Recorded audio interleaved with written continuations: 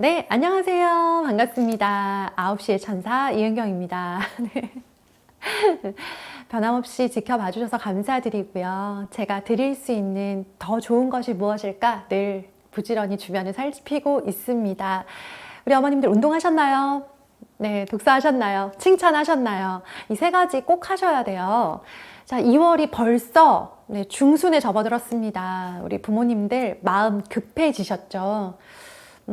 방학 때 한 것이 없는 것 같은데, 제대로 눈에 보이는 성과를 낸 적이 없는 것 같은데, 하려고 했던 건 너무 많았는데, 결과적으로 지금 중반을 훌쩍 넘어간 3월 개학이 3주도 채 남지 않은 시점에서 뭔가 이렇게 끝나가는 건가 라고 하는 아쉬움이 드실 것이고요. 왜 못했을까를 생각을 해보면 괜히 다 아이 탓인 것만 같아서 괜히 이제 아이 노려보시고 쟤는 왜 저럴까를 묵상하시는 분들 계실 것 같아요.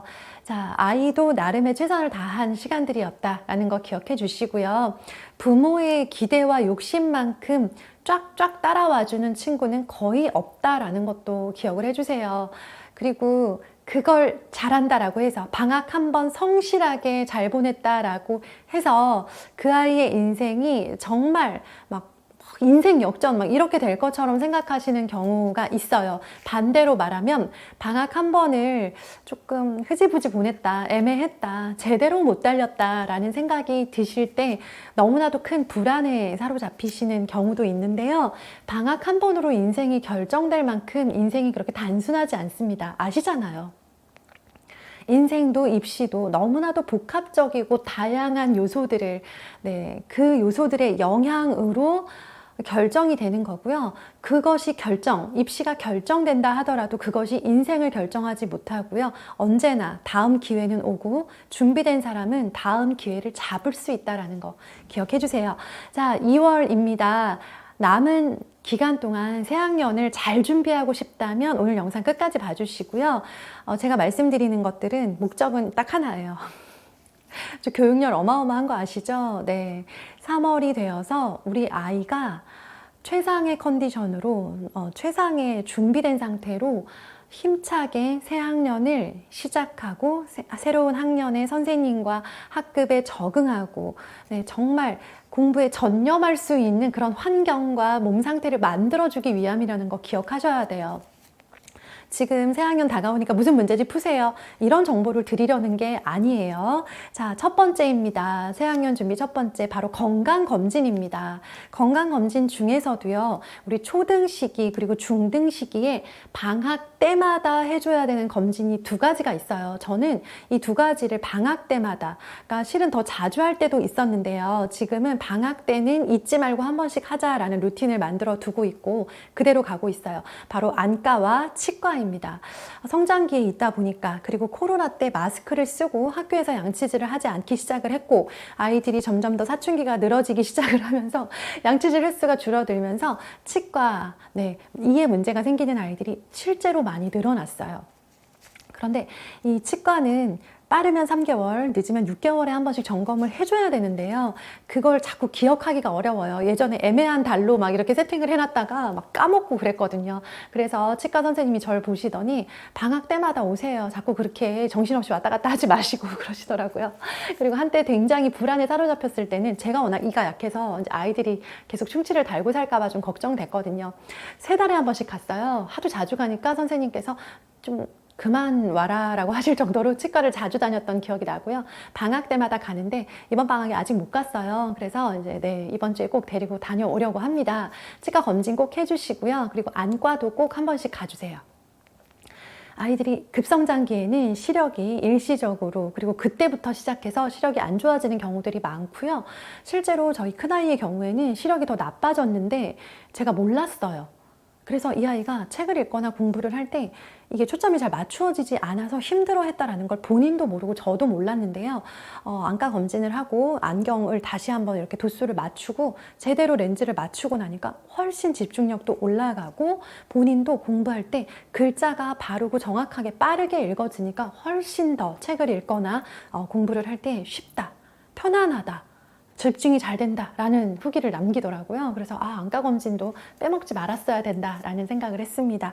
자, 그 밖에 3월에는 우리 아이들이요 굉장히 많이 비염에 시달리는 거 아시죠? 네, 환절기는 뭐 늘 비염이고 우리나라는 웬만하면 환절기입니다.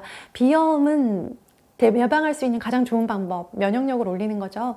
면역력을 올리기 위해서는 유산균을 비롯한 영양제를 챙겨 먹이시고요. 식사 꼬박꼬박 잘 하면서 지금 춥다고 안에만 있지 말고 운동 병행하면서 아이들 비염의 계절이 와도 그것에 맞설 수 있는 면역력을 기르는 게 중요한 시기다. 지금 면역력 길러놓으면 3월에 끄떡없다. 그런데 지금 시기를 조금 흐지부지 보내고 나면 3월에 그냥 틀림없습니다. 비염을 이제 이렇게 시달리게 되는 거죠. 비염, 또 감기, 목감기, 기침감기, 콧물감기. 물론 마스크로 인해서 예전보다 줄기는 했지만 여전히 초등학생들은 면역력이 낮기 때문에요. 꼭 점검해 주시고요. 제가 아는 정말 아이들 잘 챙겨서 키우는 어머니께서는요. 물론 경제적인 여유도 있으세요. 2월 중순부터 말 사이에 항상 매년 2월에는 아이들 보약을 한 잔씩 먹이더라고요. 3월부터 힘들 거 대비해서 미리 이렇게 챙긴다고 하시더라고요. 뭐 저는 그 정도까지는 아니지만 영양제는 꼬박꼬박 챙겨 먹으려고 노력하고 있습니다. 자, 두 번째, 교과서를 사용하세요. 교과서는요, 두 가지를 사용하실 수 있는데요. 복습, 즉 지나간 교과서를 활용하실 수도 있고 지금 이제 다가오는 학년의 교과서를 활용하실 수도 있는데요. 저는 아이가 선택하는 것이 둘 다 뭘 해도 무방하다라고 생각을 해요. 왜 그러냐면 복습과 예습 모두 저는 그 본문 내용을 미리 다 알아버리고 문제를 풀어버리는 것을 목표로 하지 않고요. 교과서에 나와 있는 어휘 중에서 내가 모르고 있는 어휘가 없는가를 점검하는 시간을 보내셨으면 좋겠는 거예요. 그러니까 이제 4학년이 되는 친구라면 3학년 교과서에서 모르는 어휘가 있다면 그 어휘를 사전에 찾아보고 이 뜻이 무엇일까 추측해보고 그 어휘를 가지고 퀴즈를 내보고 하는 식으로 지나갔는데 빠진 어휘를 점검해보는 그런 것도 굉장히 의미가 있고 도움이 되고요. 반대로 아이가 지나간 교과서는 보기 싫어해요. 나 너무 재미없어. 엄마 지겨워. 그리고 다 낡은 책이잖아. 이렇게 나오는 친구들은요, 새로 받은 교과서를 활용해서 새로 배우게 될 내용을 미리 확인하는 예습을 하고 그것을 문제풀이를 통해서 내용을 달달 외울 이유가 없어요. 중요한 거, 새로 나온 교과서, 새로 배우게 될 교과서에서 너무 모르겠다, 너무 낯설다 라고 하는 어휘가 있을 때 미리 찾아보는 정도로 어휘를 미리 어느 정도 알고 시작하는 건 분명히 유리하다 라는 말씀을 드리고 싶습니다. 그래서 지나간 교과서든 다가올 교과서든 큰 상관은 없지만 결국 아이가 여기서든 다 알아야 되는 어휘들이다 라고 생각해 주시면 좋겠습니다. 그래서 문제집 많이 풀리지 마시고요. 교과서 갖다 놓고 하루에 한 단원씩 혹은 뭐 한두 쪽씩 이렇게 넘기면서 보면서 모르는 어휘에 밑줄 쳐보기, 이거 추천드립니다. 자, 세 번째는요. 일주일 방학, 공부 방학, 혹은 뭐 일주일이 너무 불안하다 그러면 3일만이라도 좋으니까요.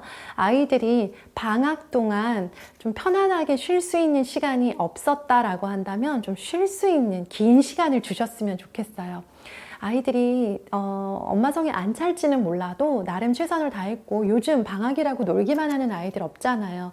학원이든 뭐 각자 문제집을 풀었든 공부라는 것을 계속 해왔을 텐데 아이한테 먼저 제안을 해보는 그런 우리 멋진 엄마가 되어보시면 좋겠어요. 왜 그러냐면 초등학교 때 그리고 중학교 때 겨울방학, 긴 겨울방학 동안 학원도 다니고 공부도 했는데 그중에 3일 혹은 일주일을 쉰다, 논다 라고 해서 이 아이의 입시 결과가 뒤바뀌지 않기 때문입니다. 입시 결과는 그런 걸로 뒤바뀌지 않아요. 자, 그래서 우리 아이들에게 먼저 제안해 주세요. 엄마가 정말 너 열심히 이제까지 해온 거 알고 있고 너무 기특하고 너무 정말 고마운 마음에 방학을 주고 싶어. 언제부터 언제까지 며칠 동안 방학을 갖고 싶은지 엄마한테 먼저 제안해 볼래? 라고 해서요. 너가 해달라는 대로 다 해주겠다는 건 아니야. 그런데 계속 열심히만 하면 너무 지치고 3월이 됐을 때 힘들 수 있으니까 우리 방학을 한번 갖긴 할 건데 너가 먼저 제안하면 엄마가 그걸 보고 우리 같이 조정해서 즐거운 방학 기간을 갖자. 하지만 방학 기간에 엄마의 부탁은 공부는 안 해도 괜찮은데 독서는 계속 했으면 좋겠어. 독서와 줄넘기는 계속 해주는 그런 방학, 공부 방학이고 책과 줄넘기로 그 방학을 좀 알차게 보냈으면 좋겠다라고 아이한테 먼저 제안을 하는 거죠. 아이 입장에서는 문제집을 안 풀어도 되고 네, 해야 되는 많은 공부들을 중단할 수 있다는 것만으로도요, 다시 책을 읽거나 운동을 시작할 수 있는 계기가 됩니다. 자, 네 번째, 견학을 한 번씩은 다녀오셨으면 좋겠어요. 네, 방학 동안 뭐 여행하신 분도 계시고 못 가신 분도 계시는데요. 아이들이 나중에 컸을 때, 중고등학생이 되거나 성인이 되었을 때 돌이켜 보았을 때 가장 기억에 남는 행복한 순간은 가족이 함께 어딘가에 가서 무언가 새로운 것을 보고 또 좋은 것을 좋은 추억, 좋은 기분을 간직하는 것이거든요. 막 대단한 해외에 가거나 엄청나게 막 교육적으로 의미가 있는 그런 곳에 가지 않아도 괜찮아요. 그런데 나 방학 때 우리 엄마 아빠랑 놀러 갔다 왔어 라고 하는 그런 후기가 하나쯤은 있었으면 좋겠고요. 그 곳이 꼭 정말 어떤 교육적인 목적을 가진 곳이면 좋지만 그렇지 않아도 상관없다. 그리고 거기에서 우리 어머님들 보통 이렇게 아이들 모습만 자꾸 사진 이렇게 막 스마트폰으로 막 촬영하시잖아요. 그래서 애들 사진은 막 수백 장인데 가족이 같이 찍은 사진은 없는 경우가 많아요. 근데 제가 다녀보니까 요새 이렇게 인생 네컷 같은 그런 곳 있잖아요. 함께 사진 찍을 수 있는 그런 장소들이 정말 많아졌더라고요.